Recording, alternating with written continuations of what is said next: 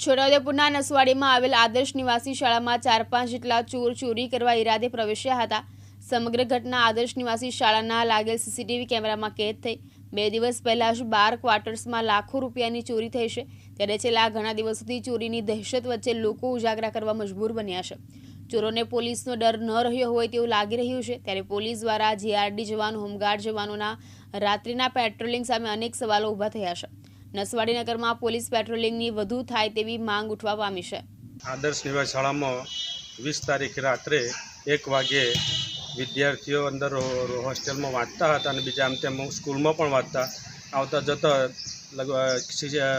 કે અમે વિદ્યાર્થીઓ બૂમ પાડતા, હું પણ ત્યાં દોડી પહોંચેલો અને મારા ચોકીદારો પણ ત્યાં આવી ગયા અને એ બૂમાબૂમ થતાં પગથિયામાં ને ઉપર ચડેલા 2 માણસો સીધા દોડી ગયા અને બીજા 2 ઊભા હતા બહાર, એ નાહી ગયા। પરંતુ મને તરત તે દિવસે એવું લાગ્યું કે વિદ્યાર્થીઓ અંદર હશે, પણ મને શંકા ઉપર તો બીજા દિવસે મેં સીસીટીવી રેકોર્ડિંગ જોતો મોટી ઉંમરના મોટા માણસો સીસીટીવી રેકોર્ડિંગમાં જોવા મળેલ।